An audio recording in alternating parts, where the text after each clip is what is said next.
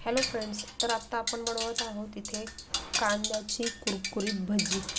तर यासाठी मी इथे एक 4-5 मोठे कांदे कापून घेतलेले आहेत आणि इथे आपण बघत इथं जो कांदा होता तो मी मीठ लावून एक 10 ते 15 मिनिट म्हणजे 10 मिनिटं तरी ठेवला होता. आणि त्याला जेवढं पाणी सुटते ना मिठाला तेवढं हे मोकळं झालं इथं बघू शकता.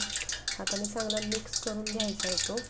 त्यानंतर इथे मी मसाले घेतलेले आहेत. आत्ता मसाल्यांमध्ये मी घेतलेला आहे इथे ओवा घेतलेला आहे, धनेपूड घेतलेला आहे, जिरेपूड घेतलेला आहे, हळद, लाल तिखट आणि चिमूटभर सोडा. तर हे जे सगळं साहित्य आहे आपण आता ते ह्याच्यामध्ये टाकून घेणार आहोत.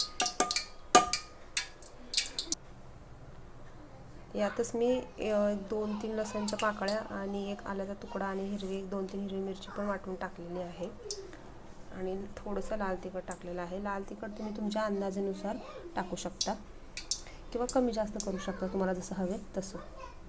त्यानंतर इथे मी 1 चमचा मोठा असा तांदळाची पिट्टी घेतलेली आहे, ती आपण आता ह्याच्यामध्ये ॲड करणार आहोत. आता तांदळाचं पीठ ॲड केल्यानंतर आपण इथे आता यामध्ये जेवढं कांद्याला मॉइश्चर आहे तेवढंच बेसन पीठ ह्यात ॲड करायचं आहे. ते बघू शकता मी इथे छोटे 3 चम्मच बेसन पीठ घेतलेलं आहे.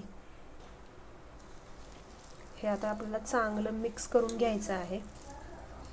आणि कांदा जेव्हा कापून बारीक चिरून घेतला होता मी तेव्हा असा लांब कांदा कापलेला आहे आणि त्याच्यामध्ये मी एक 5 ते 10 मिनटं चिमूटभर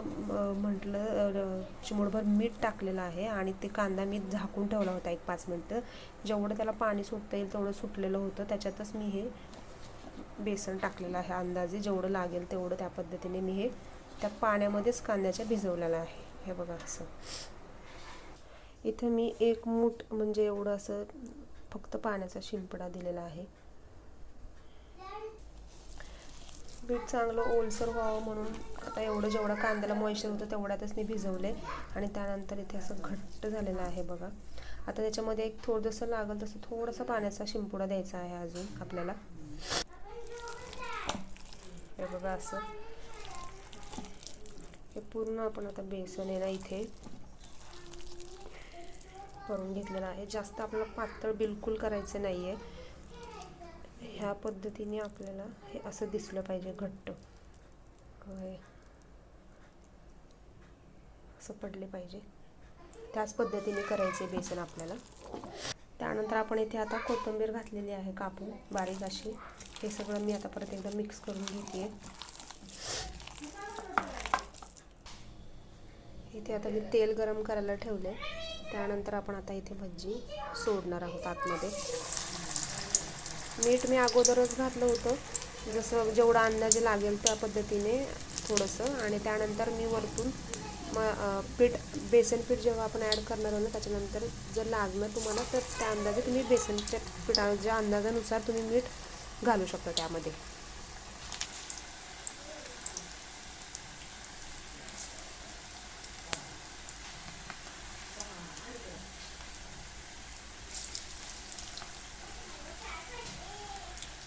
गॅस एकदम बारीक करायचा आहे आणि मंद आचेवरती तुम्हाला भजी भाजून घ्यायची आहेत, म्हणजे तळून घ्यायची आहेत.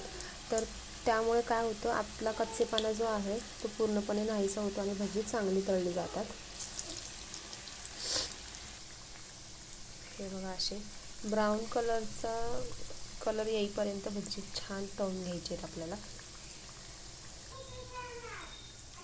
हे बघा अजून जे आहेत ना पहिल्यांदा जे टाकलेले आहेत तेच अजून मी काढलेले नाही आहेत. त्याला कमीत कमी 2 ते 3 मिनटं तरी लागतात एकदम छान असे तळायला, कलर यायला. गॅसचा फ्लेम पण तुम्ही बघू शकता एकदम बारीक ठेवले मी.